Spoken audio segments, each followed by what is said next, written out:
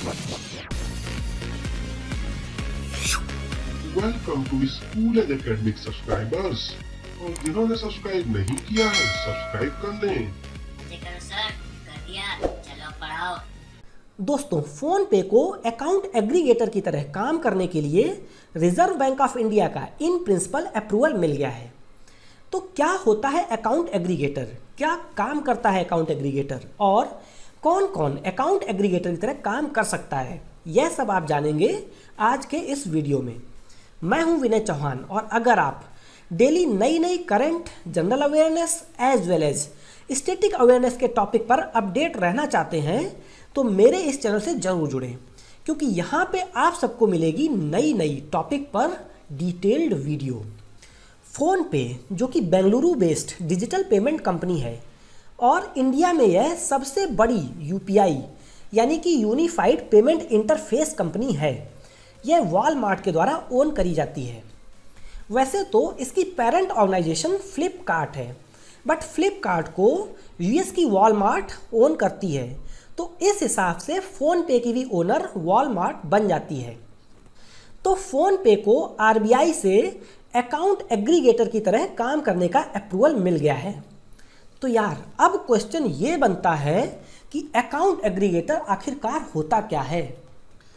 तो यार जैसे कि आप सब जानते हैं कि आप जब भी कोई अकाउंट खुलवाते हैं, म्यूचुअल फंड लेते हैं और यार जब लोन लेते हैं तो आप सबको बैंक्स या फाइनेंशियल इंस्टीट्यूशन परेशान करके रख देती हैं कि यार ये डॉक्यूमेंट लेके आओ, आईटीआर लेके आओ, जीएसटी रिटर्न लेके आओ, उस सेविंग अकाउंट का स्टेटमेंट लेके आओ, इस करंट अकाउंट का स्टेटमेंट लेके आओ, वो जो कार लोन तुमने ले रखा था ना उसका स्टेटमेंट लेके आओ, पहले जो हाउस लोन भी अप्रूव कराया था ना उसका भी स्टेटमेंट लेके आओ, बला बला बला।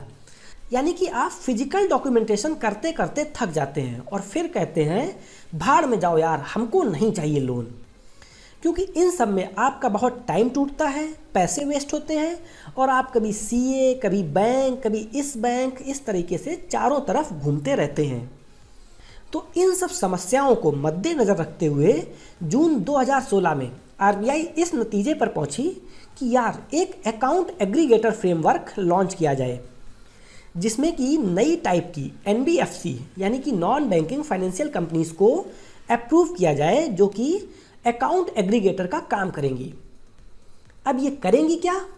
तो ये एक ऐसा अकाउंट एग्रीगेटर प्लेटफॉर्म बनाएंगी जिसमें कि फाइनेंशियल इंफॉर्मेशन यूजर्स एफआईयूज और फाइनेंशियल इंफॉर्मेशन प्रोवाइडर्स एफआईपीज के बीच फाइनेंशियल डेटा का इंस्टेंट एक्सचेंज होगा with due consent of consumers. यानी कि डेटा का एक्सचेंज तभी होगा जब कस्टमर जिसका डेटा एक्सचेंज होना है वह अपनी सहमति देगा। तो इसमें ऐसा होगा कि इस अकाउंट एग्रीगेटर प्लेटफॉर्म में 3 पार्ट होंगे।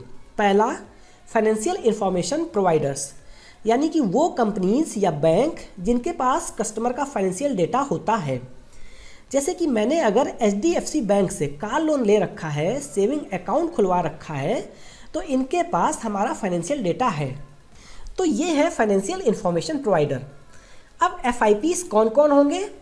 तो ये होंगे बैंक, म्यूचुअल फंड हाउस जिनके पास आपके म्यूचुअल फंड इन्वेस्टमेंट का डेटा होगा, इंश्योरेंस प्रोवाइडर जैसे कि एलआईसी, आईसीआईसीआई लोम्बार्ड जिनके पास आपके इंश्योरेंस रिलेटेड जन्म कुंडली होगी, और टैक्स एंड जीएसटी प्लेटफॉर्म जिनके पास आपके इनकम टैक्स रिटर्न और जीएसटी रिटर्न्स की जन्म कुंडली होगी। तो एफआईपीज यानी कि फाइनेंशियल इंफॉर्मेशन प्रोवाइडर इस फ्रेमवर्क का पहला पार्ट है। अब दूसरा पार्ट है फाइनेंशियल इंफॉर्मेशन यूजर्स, जिनको कि ये इंफॉर्मेशन चाहिए होगी।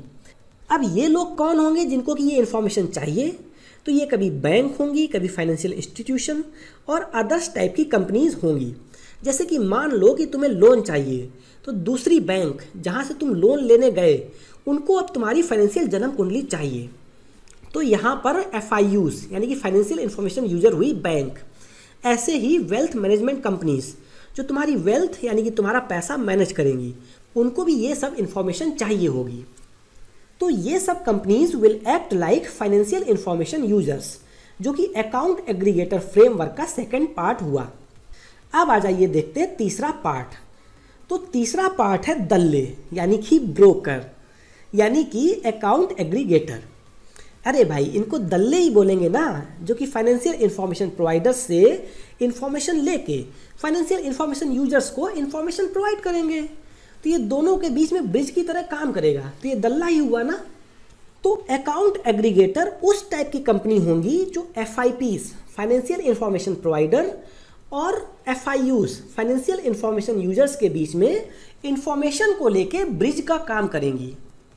क्लियर? तो अकाउंट एग्रीगेटर फ्रेमवर्क के अंदर फोन पे को यही काम करने का लाइसेंस मिला है। अब एक बात बड़े ध्यान से सुनना, अकाउंट एग्रीगेटर केवल FIP से FIU के बीच में डेटा ट्रांसफर के लिए ब्रिज का काम करते हैं। ये डेटा को स्टोर नहीं कर सकते, ये डेटा को प्रोसेस नहीं कर सकते, ये डेटा को देख नहीं सकते, यानी कि ये डेटा ब्लाइंड होंगे, क्योंकि यहाँ पे डेटा ट्रांसफर जो होगा वो इनक्रिप्टेड फॉर्मेट में होगा। यानी कि डेटा को सिर्फ FIU ही प्रोसेस कर सकता है और FIU ही देख सकता है, वो भी वही FIU जिसके लिए डेटा भेजा गया होगा। क्लियर? तो अकाउंट एग्रीगेटर रियल टाइम में FIP से FIU के बीच में इंफॉर्मेशन को शेयर करेंगे। अब जो FIPs हैं, यहाँ पे हैं bank, insurance companies, mutual fund house, pension fund, insurance companies वगैरह।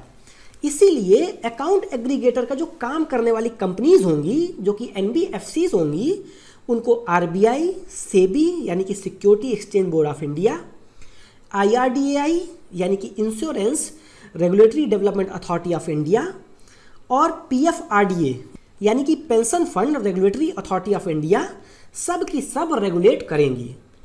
अब देखते हैं कि भारत में करंट में कौन कौन सी NBFCs अकाउंट एग्रीगेटर की तरह काम कर रही हैं। तो यार करंट में भारत में 4 NBFCs अकाउंट एग्रीगेटर का काम कर रही हैं। वो है CAMS Finserv, Cookie Jar Technologies, FinSec Art Technologies और NSCL एसेट डेटा। अब फोन पे को भी इसका अप्रूवल मिल गया है। अब यार इससे क्या फ़ायदा होगा, क्यों आखिरकार इतनी माथापच्ची करी जा रही है? तो इससे ये होगा कि आप जब लोन लेने जाएंगे तो बैंक यानी कि जहां आप लोन लेने जाएंगे वो आपसे फाइनेंशियल डेटा शेयरिंग की सहमति लेगी। फिर अकाउंट एग्रीगेटर डिजिटली बाकी सब फाइनेंशियल इंफॉर्मेशन प्रोवाइडर से डॉक्यूमेंट्स लेके FIUs यानी कि जिसको डेटा या डॉक्यूमेंट चाहिए था उसको थमा देगी और आपकी अब हाय हाय और किचकिच खत्म कि दोपहर में पसीना बहाते हुए ये बैंक वो बैंक दौड़े भागे घूम रहे हैं अकाउंट स्टेटमेंट निकलवाते। तो ये बात है जिसके लिए इतनी माथापच्ची हो रही है। तो आई होप कि अब आपको अकाउंट एग्रीगेटर बिल्कुल क्लियर हो गया होगा। और यार अगर वीडियो अच्छा लगा हो तो यार अपने अपने दोस्तों को शेयर करो, जिससे कि हम जो इतनी मेहनत कर रहे हैं हमारा भी मोटिवेशन बढ़ेगा, अगर हमारा चैनल ग्रो करेगा। तो यार like, share and subscribe. Thanks for watching.